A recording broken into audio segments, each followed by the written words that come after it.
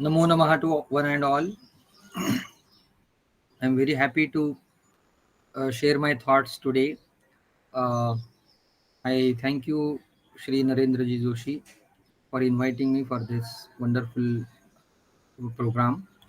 And I also thank Vivekananda Kendra and Vivekananda Prabodhini Borivali for organizing such a wonderful lecture series. So today we are going to discuss about a topic: journey of Upanishad to the West.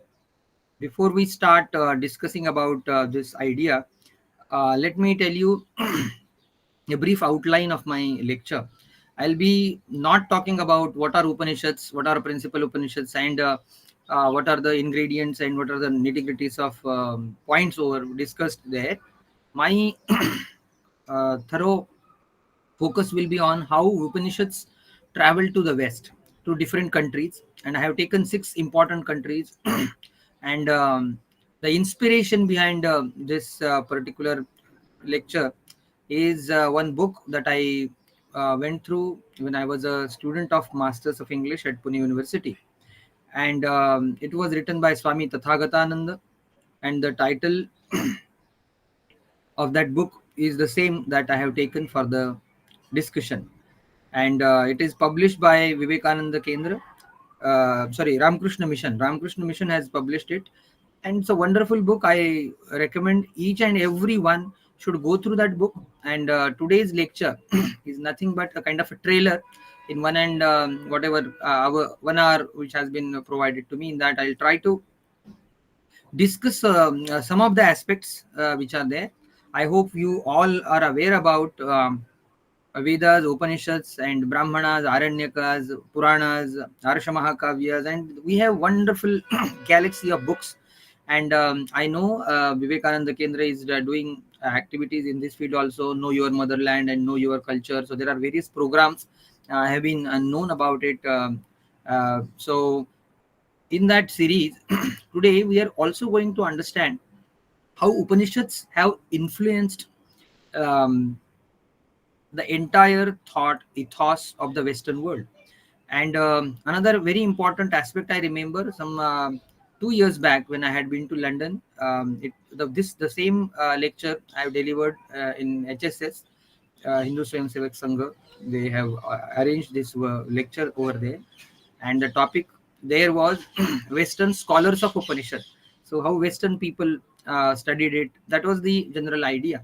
So provided that all important aspects that we are going to cover today in this lecture, let us start our discussion.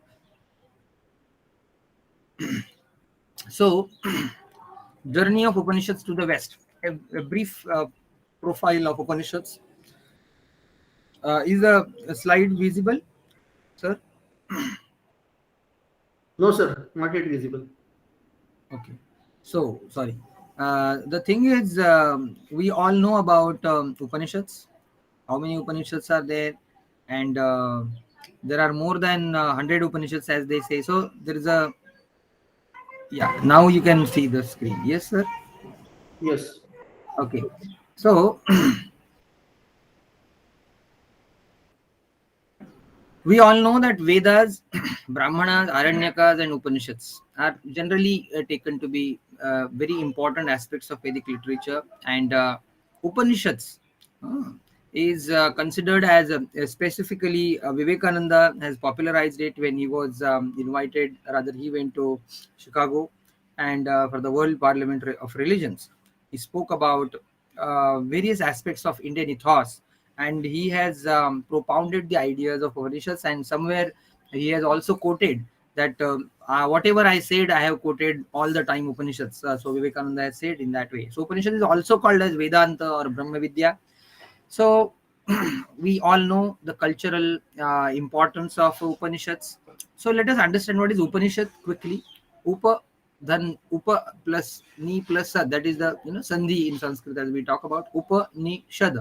So Upanishad means to gain knowledge by sitting near to the Guru. Adi Shankaracharya has defined this wonderful idea of Upanishad in his commentary on Kathopanishad, and he has given 3 meanings of the Sanskrit root Sad. Upa, Ni, Shad. So here in this Shad, he says Shad has three meanings: Visharana, Gati, and Avasadana.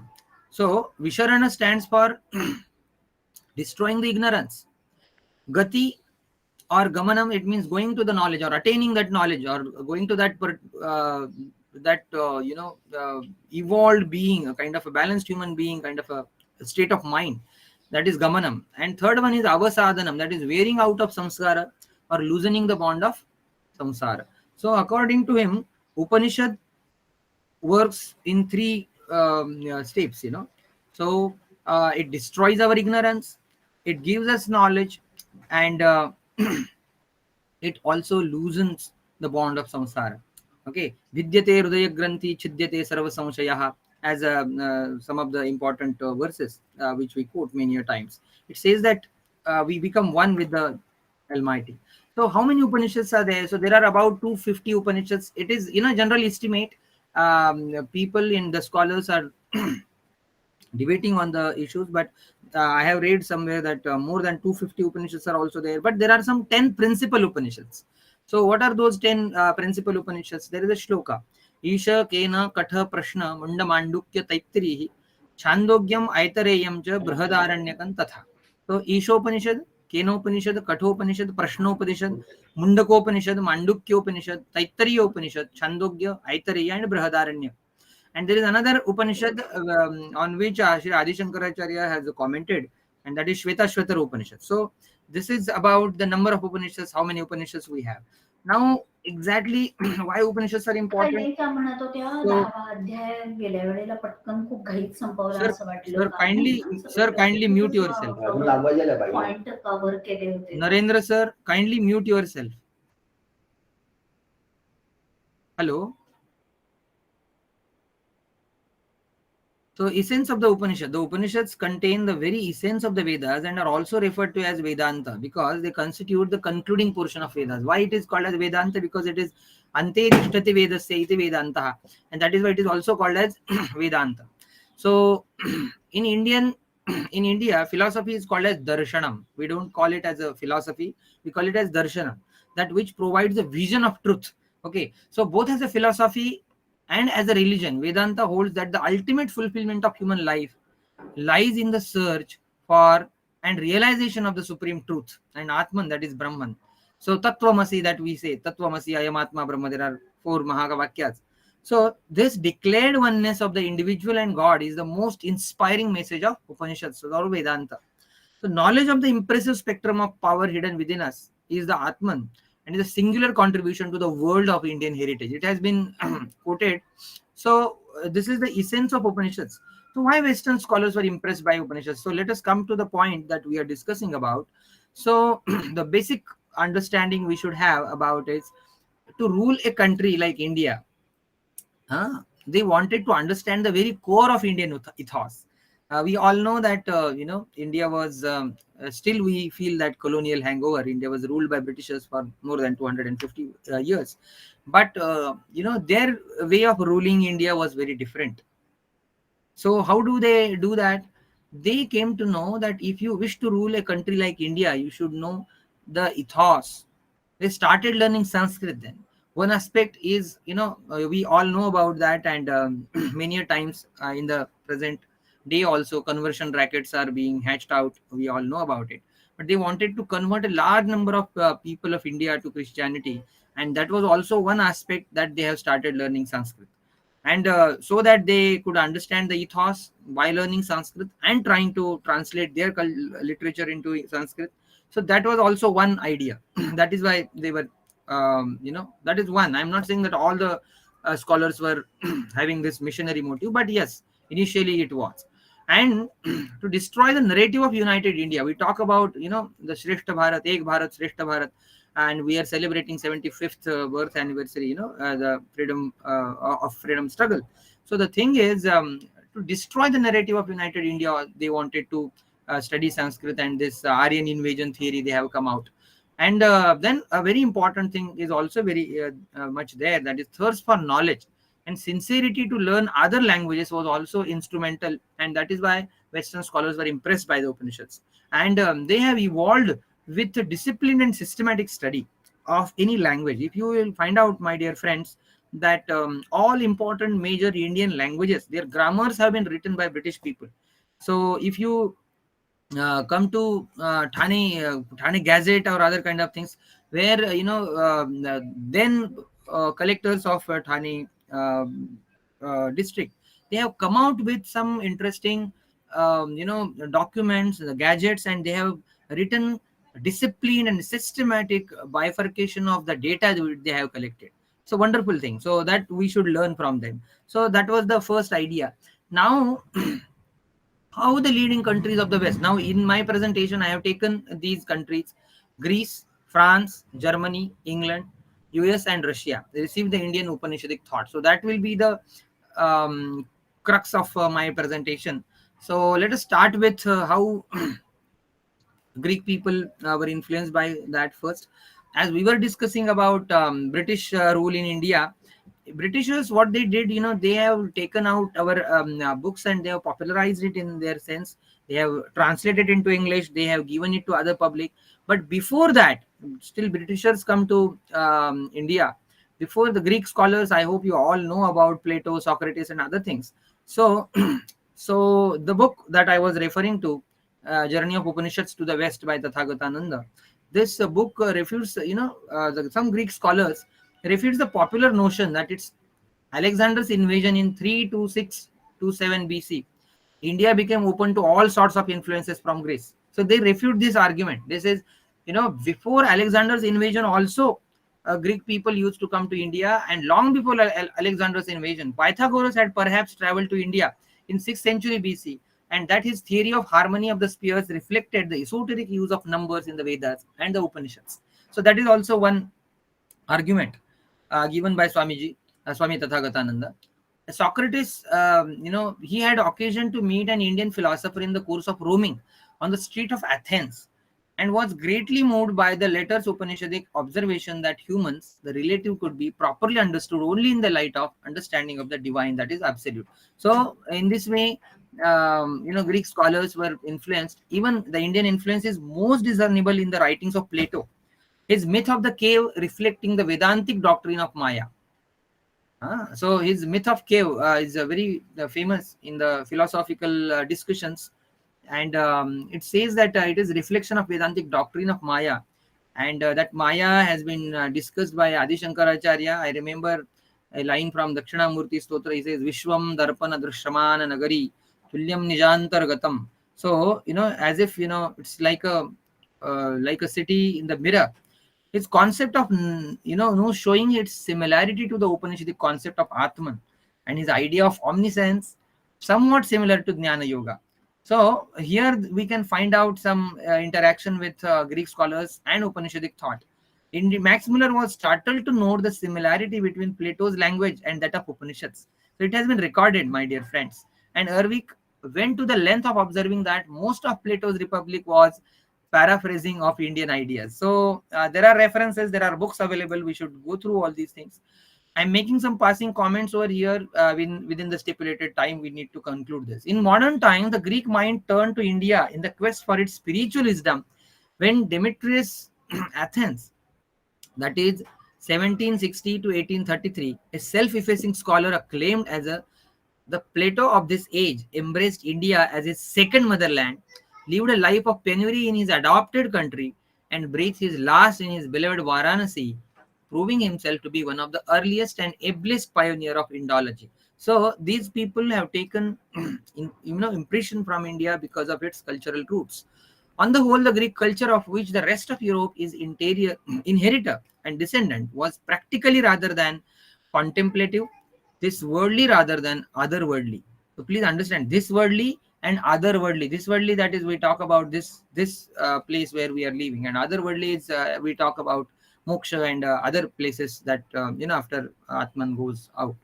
Yet there were points of confluence, as noted above, between Greece and India, and to the extent India, with her spiritual culture of the Upanishads, reminded Greece that liberty of the soul was also to be striven for along with the liberty of the body. So this concept has been given by Upanishads, that liberty of soul and liberty of body So liberty of soul is more important. India was able to be her bit for the enrichment of Greek, and through her for the enrichment of the rest of Europe as well. So as we all know the history of Western philosophy, they were much influenced by Greek people, and Greek people were influenced by Indian thought. So here we can, in this way, we can conclude that the entire Western thought was some or the other day it was influenced by other people.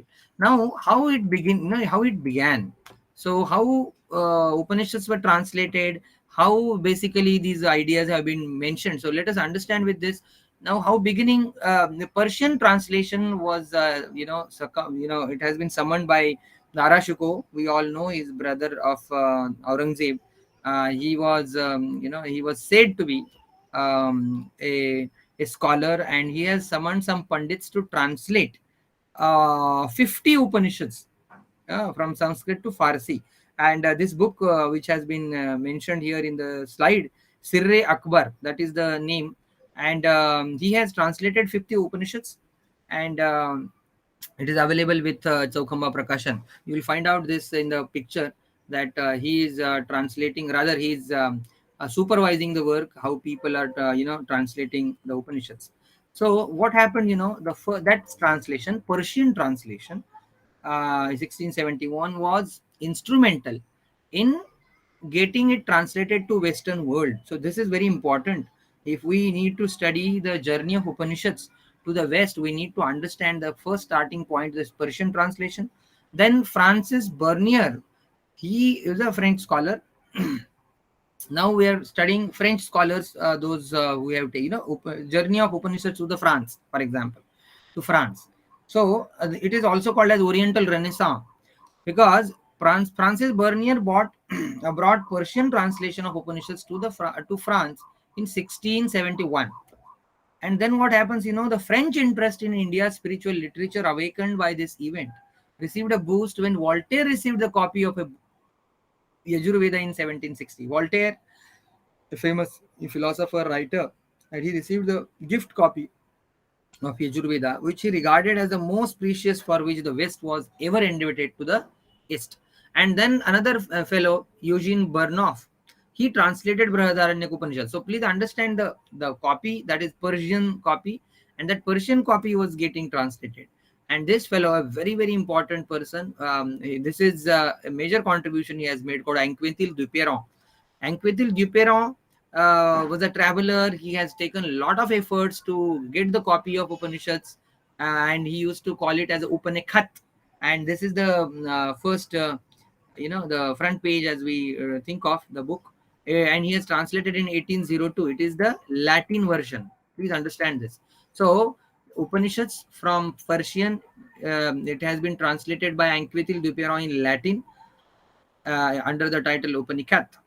And this book, because once you translate it into Latin, because Latin is considered as the knowledge of, it's a language of knowledge of Western world. And we all know that, Bible and other important books, the original copies and other things, and their liturgical services, liturgical material is written in Latin.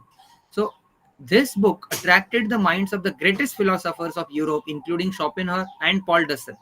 So Anquetil died not long afterwards, exhausted, no doubt, from the extreme penury in which he lived while working on this life's work of his. Of the same nature as the sages of India to whom he dedicated his work, Anquetil wrote. Now, Anquetil used to consider himself as some, dasa of Rishi. He used to say, I live in poverty, bereft of all worldly goods, all alone, with perfect peace of mind.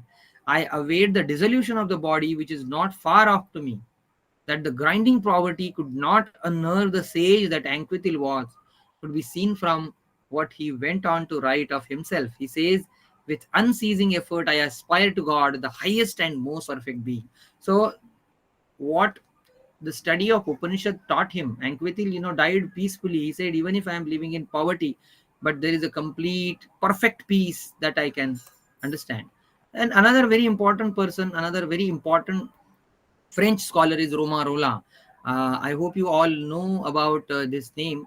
He's a very important person. He's a French appreciating of India's spiritual culture, carried on through Sylvain Levy, and Louis Renault, found its culmination in modern times in Romarola. So Sylvain Levy, Louis Renault, and Romarola. Now, Romarola's time was 1866 to 1944, and he visited Swami Vivekananda.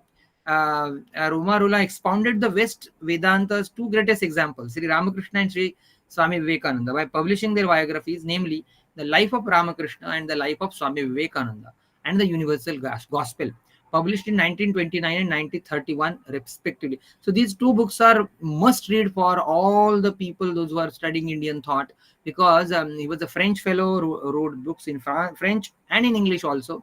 I have copies of these two books. It's a wonderful book. If you start reading, you'll like it's unput downable, as they say. So Roland's purpose in writing these two inspired biographies was to bring, as Roland himself said, the good effect of the great thought into the soul of the West, wounded but still hard and contracted. It is a serious moment for the West, which has learned nothing from the troubles it has already had. If it doesn't do something to gain possession of itself, the spell would be cast. No Western servant has ever spoken more prophetic words about the eternal value of the message of Vedanta and has ever sounded a more relevant warning to the West. So Romarola was cautioning his counterparts that we need to look inwards, and that is the message of Upanishads. Then we come out with German scholars. Friedrich Schelling is a very important person, 1775 to 1854. This fellow was very influential, and he was a mentor to Hegel. I hope we all study Hegelian philosophy. He was also an influenced fellow, and Hegel influenced Karl Marx. It's a very interesting, we can say Guru Shishya Parampara in that sense. So Schelling was a mentor of Hegel, and Max Muller also attended some of his lectures on Upanishads in Berlin. So please understand how one book gets translated somewhere, it went to Latin, then in France, then in Germany, then someone is dealing those books, and Max Muller, like students, attend his lectures, and then he takes inspiration. And now we have another person called Arthur Schopenhauer. I hope we must have heard his name. In the whole world, there is no study so. Now, it is his quotation. Arthur Schopenhauer says that in the whole world, there is no study so beneficial and so elevating as that of Upanishads. It has been the solace of my life. It will be the solace of my death. Look at such a glorious tributes he has given to Upanishads. His idea of world as a will and idea was influenced by Upanishads. So another very important scholar, German scholar, is Max Muller. We all know about him. We know that Lokmanya Bal Gangadhar Tilak and Max Muller, they knew each other. In the preface of Arctic Home in the Vedas, I guess, Tilak talks about Max Muller, and they knew each other. So Max Muller devoted nearly 25 years of his life to for editing the 51-volume Sacred Books of the East. So wonderful series. And Max Muller, in the preface of the Sacred Books of the East, wrote that my real love for Sanskrit literature was first kindled by the Upanishads. So there are debates now. There are many people, and it is to some extent it is true also. Max Muller and other people in the course of discussion will see that how they were instrumental in converting activities, missionary activities, and how other people were also involved into that. But Max Muller had done a great contribution. Burnoff inspired him to publish his English version of Rig Veda with Sayana's commentary. Now, please understand this. If I was asked what I consider the most important discovery of the 19th century, I should answer by the following short line. Sanskrit Deus is Pitar, Greek Zeus is better, and Latin Jupiter. So this way, the linguistic similarities and other things all have also come up. Vivekananda met him in 1896 at Oxford. He says that Sayana, so these are the glowing tributes given by Vivekananda to Max Muller, because Max Muller has translated the Sayana's commentary on Rig Veda. And so Vivekananda says Sayana is born again as Max Muller to revive his commentary. So look at these glorious, tributes given by Vivekananda himself to Max Muller. And Max Muller was really influenced. And there is a beautiful book written by Max Muller of the same title, India, What Can It Teaches Us? It's a wonderful book. Everyone should read it. And there is a very interesting quotation over here in that from that book I have taken. And Max Muller says, if I were to look over the whole world to find out the country most richly endowed with all the wealth, power, and beauty that nature can bestow, in some parts a very paradise on earth, I should point to India. If I were asked under what sky the human mind has most full developed some of its choicest gifts, has most deeply pondered on the greatest problems of life, and has found solutions of some of them which well deserve the attention even of those who have studied Plato and Kant, I should point to India. So, my dear friends, let us understand the thrust of this argument. He says, in India, you can find out the most ablest revealings of our life. And he says, I should point out to India. So, beautiful idea he talks about. Max Muller, he has written to William Gladstone. He was then Prime Minister of UK. And he says, the discovery of that real India, of that new intellectual hemisphere, is to my mind a far greater discovery than that of Vasco da Gama's. Just understand this, because he was a scholar and he wanted to wrote. And there is another very interesting thing. I have recorded it for on my YouTube. You can watch it on my YouTube channel. Lokmanya Tilak wrote an obituary on Max Muller's death in Kesari. In Kesari after Max Muller's death. So this obituary is a very glowing tribute, and I have read that. I did a public reading of that article written by Lokmanya Tilak, which was published in Kesari and uploaded on YouTube channel. It's a wonderful. And Lokmanya Tilak also wrote obituary on Swami Vivekananda also. That is also wonderful.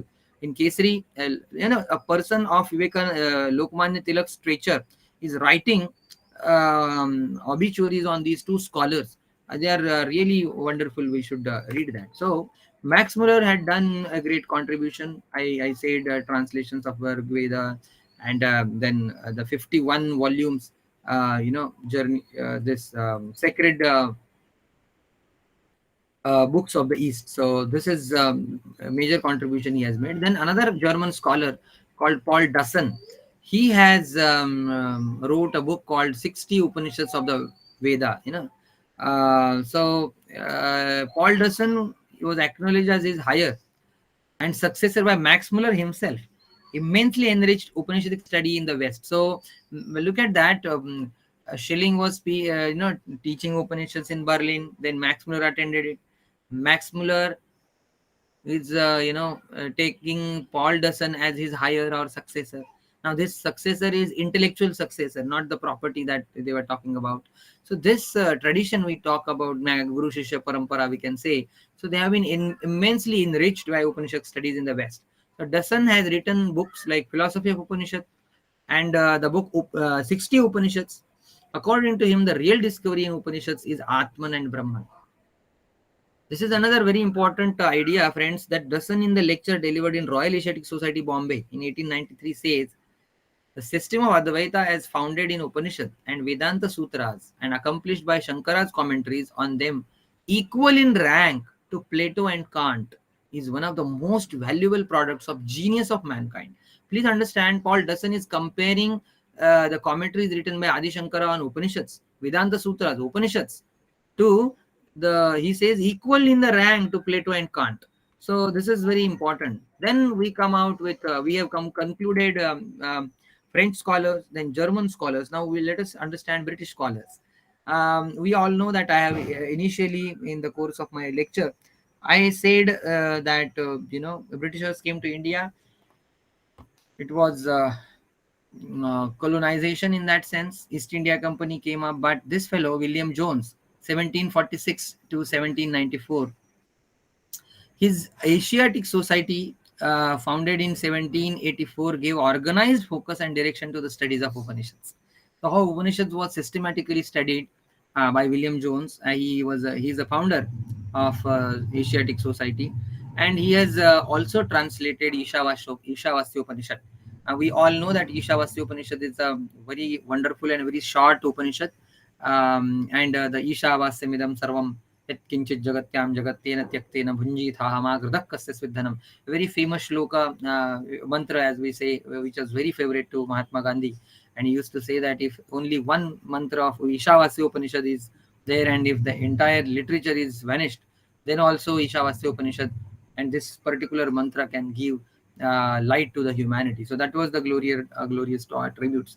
When we were visiting UK, at the University of Oxford, we were visiting University College that time, and we could find a memorial of William Jones there, and in that memorial, this particular plaque is there. And look at the plaque, friends. Look at this mural, you can say, or sculpture, you can say. He is sitting on the desk and dictating to the pundits. Now look at this, University College, Oxford.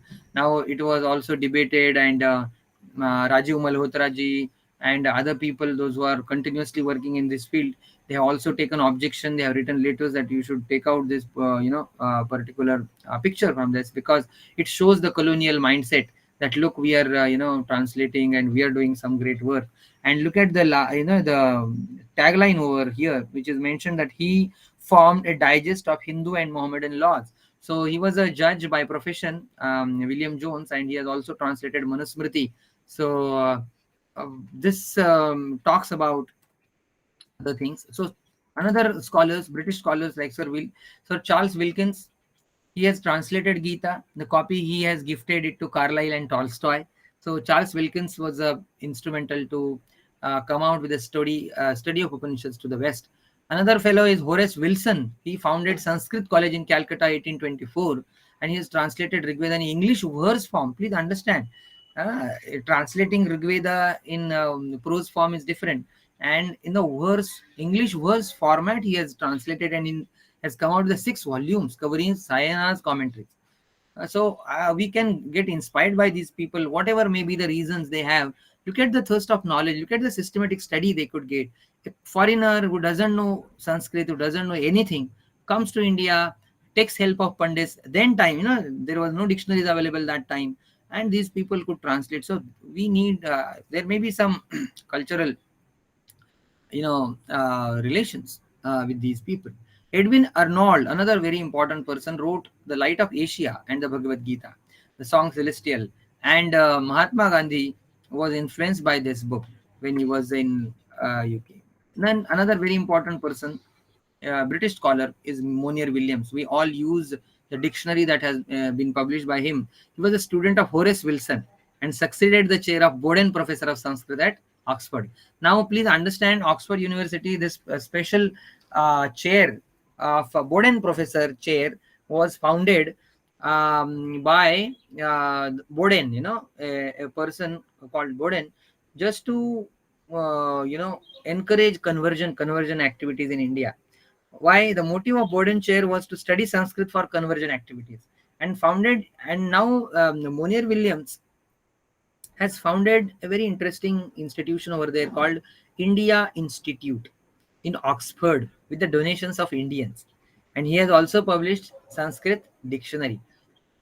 He was also influenced by Upanishads. He had translated many books, and a very important work that has been done by Munir Williams is he has come out with a wonderful dictionary of English Sanskrit dictionary. And if we study Apte Kosh, Hindi Sanskrit dictionary, or Marathi English Sanskrit dictionary by the first principal of Ferguson College, Apte. So Vaman Shivram Apte Kosh. It is very famous.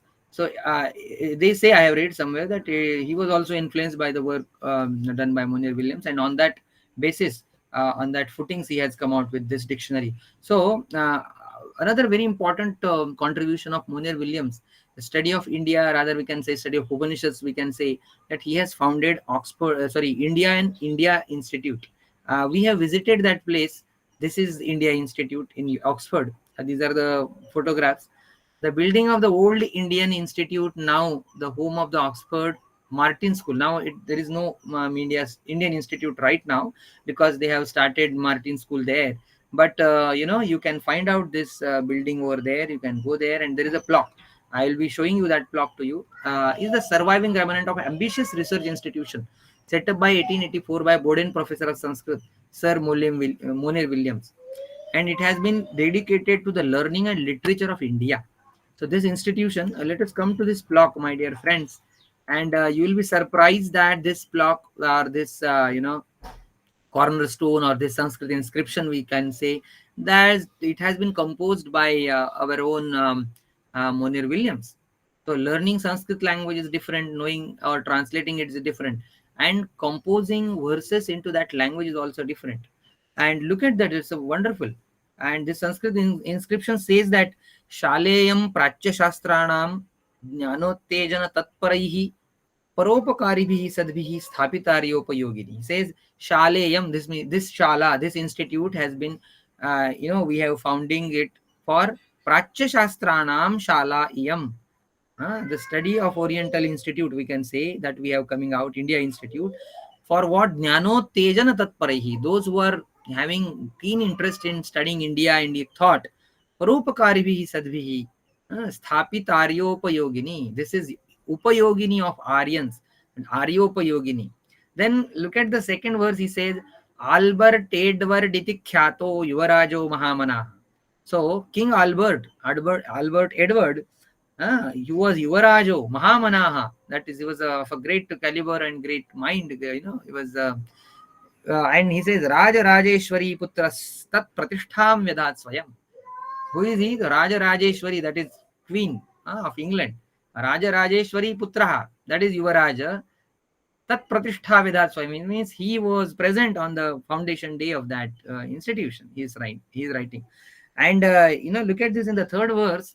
It is said that Ankaramanka Chandre Dve Vaishakhasyasite Dale Dashamyam Budhavare Cha Vastu Vidhi Rabhudhiha.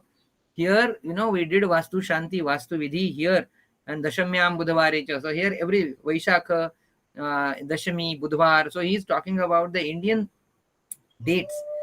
And last line is very important, friends. We should understand this. He says, Ishanukampaya Nityam Arya Vidya Mahiyatam. He says, Ishanukampaya, with the grace of God, the study of Indian culture, study of Indic thought, Arya Vartangla Bhumyauscha.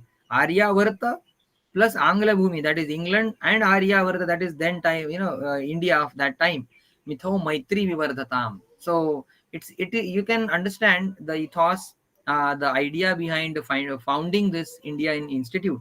And it is said that Monir Williams came to India and he has taken so many donations from our then Indian princes and various people and the donors, and they have donated profusely to Monir Williams to found this institution. We can find out this, and still today we can go and visit this place. There's a Ganapati at the entrance, and the elephant on the at top of that, so it signifies India. So that is one aspect. He was a great scholar. Now let us turn to some English poets, how they have been influenced by Upanishads, and how the journey of Upanishads to the West found remnants into these poets and their poetry. So it can be another topic for discussion, that how English poets have been influenced by Upanishads. So English poets like William Blake, William Wordsworth, P.B. Shelley, Edwin Arnold, we all know about these poets, romantic poets. We talk about lake poets, we say, or William Wordsworth, and one very important person called T.S. Eliot, who received Nobel Prize for Literature. He has written a beautiful poem called The Wasteland in 1922, and he has directly quoted from Upanishads. If you read his book, I think in the next slide I have come out with, this is that T.S. Eliot, The Wasteland and Other Poems. So this fellow has received Nobel Prize for Literature, and he was a great scholar of Sanskrit. He studied Latin, Greek, and other things. He was a great classic in that sense. He studied also Buddhism, Pali, and other languages also. And in his poem, The Wasteland, there is a subtopic called The Voice of the Thunder. In that he writes, friends, and you will find out the influence, the remnants of Upanishads in these lines. He says, I sat upon the shore, fishing with the arid plain behind me. Shall I at least set my hands in order? London Bridge is falling down, falling down, falling down. These fragments I have showed against my ruins. And last line he says, Datta Dayadvam Damyatam. Shanti, Shanti, Shanti, the wasteland. This is the way how he has concluded. So the three words, Datta, Dayadvam, Damyatam, these words are very, very important, and they come in Upanishads. So, the voice of the thunder. The story also comes from Upanishads. We don't have time to discuss it further, but the basic line is Datta means to give. Dayadvam means to have compassion, and Damyata means to restrain, to control your senses. So these are the three important principles according to T.S. Eliot. Indian ethos, Indian Upanishads, Indian ideas give to Western thought, and we should learn, he says. Another important person is William Blake. We all know that he's a very precursor to Romantic poets, and he has written these lines: to see a world in a grain of sand, and a heaven in a wild flower, hold infinity in the palm of your hand, and eternity in an hour. So he says, he was very much influenced, and we can understand this from Ishavasya Upanishad, Ishavasyamidam Sarvam. This idea, he says, to see a world in a grain of sand. And now we can also have wonderful discussion afterwards. Let us come to now American scholars, friends. We are coming to America now. We did with Britishers. So American scholars like the American Oriental Society, formed in Boston in 1842. Please understand this. And Harvard University, through the Harvard Oriental series, started in 1891, gave a boost to studies of Indian wisdom in America. And this Harvard Oriental series is still available. People publish beautiful books on this, and a lot of serious research work is going on in America with this Harvard Oriental series. Study of Upanishads was given impetus by the visit of Swami Vivekananda in 1893 for the World Parliament of Religions. As I discussed in the beginning, Vivekananda was instrumental to change the entire course of discussion over there. He has come out with, like a thunderbolt, he reached there, and he has influenced people. And we all know that in his speech, he was quoting nothing but Upanishads. And he has officially said, the quotations are there, we can read his books. And he says, I love Upanishads profusely, he says, because it talks about Abhayam. He says, Shrunuvantu Sarve Amrutasya Putra, very famous and very, very favorite mantra of Vivekananda. Used to say, Shrunuvantu Sarve Amrutasya Putraha. He used to say that we are the children of immortal being. So this idea propounded by Vivekananda was influential in America. American transcendentalists. Now this is a moment in British, this American poetry, transcendentalism. And these three poets, very important poets, Ralph Waldo Emerson, Henry David Thoreau, and Walt Whitman. So these three people, the study of English, study of American literature is incomplete if we don't study these three poets. And these three poets were highly influenced by Upanishads. They have studied Upanishads, they have read through. It takes inspiration from Upanishads. For them, life was not limited to the five senses, and that the individual ego was to be transcended for knowing truth. So Emerson received a copy of Gita translated by Charles Wilkins from Carlyle. Just understand, look at their connections, friends. Carlyle, Charles Wilkinson, and Emerson. He received a copy of Gita translated by Wilkins from Carlyle. Please understand this. And Emerson revived American Vedantism. He's a very important fellow. These are American transcendentalist poets, friends. Thoreau, Fuller, Alcott, Hage, and Parker. And these people, American literary and political philosophical movement of early 19th century, centered around Ralph Waldo Emerson, and he was also a great votary of Upanishads. So he has written a beautiful poem called Brahma. Look at the way, American poet is writing about the title. And the study of the Vedantic philosophy, the Gita and the Kathopanishad is impressed upon the poem very profusely. If you go through this poem, you will find out how the Kathopanishad, and I hope we all know about Kathopanishad for Nachiketa, Yama Nachiketa Samvad, and beautiful discussion over there. And Emerson was influenced by this, and Body is for some certain period of time, but within the body of man, there is soul. That is a divine spark, eternal, everlasting, and never ending. It is a part of the oversoul who is the supreme God, the superpower of the universe. And look at the way, friends, he has written Brahma, the poem. If the raid slayer think he slays, or if the slain think he is slain, they know not well the subtle ways I keep and pass and turn again. Ah, they reckon ill who leave me out. When me they fly, I am the wings. Look at this. When me they fly, I am the wings. I am the doubter and the doubt. I am the hymn of the Brahmin sings. Drishya, darsha, drishya, drishta, darshana. In the poetry of Santa Ekanath and Varkari Parampara, if we study this concept of Triputi has been always mentioned there. So you become one with the person, of the Supreme God. And then, there is no mention of your own identity. So he says, and in this way, friends, the American scholars, we have concluded. And the last point that I need to discuss is Russian scholars. Now, these Russian scholars have also been influenced by Upanishadic thought. And Leo Tolstoy studied the Latin translation of Upanishads by the Duperron. Please understand, initially I started with Anquetil Duperron's translation, Latin translation of Persian book, that is Upanishad. And this Latin book, many say that is not been translated properly, as they say. But the thing is, still, even if it was not up to the mark translation, or up to, there are some scholars, they say that, but this book was instrumental to give new ideas to people. Look at that, French people, German people, American scholars, one book being translated can give n number of ideas to people. And this is the epitome, this is the testimony of Upanishads, friends, that Leo Tolstoy studied the Latin version, and that is Latin copy, translated by Anquetil Duperron. Tolstoy read the literature of Ramakrishna and Swami Vivekananda, especially his book on Raja Yoga. So look at this. So Vivekananda's impetus to this study is also influential, very important. And that is why we should rather focus on these issues. We can also have some lectures on how the journey of Upanishads was made more comfortable by Vivekananda's visit. And afterwards, there are centers now, Vedanta centers in America, but it was the contribution of Vivekananda also. We should recognize that. Russian interest in Upanishads continued during and after communist regime through works of dedicated scholars, such as all these scholars, their names are mentioned here, friends.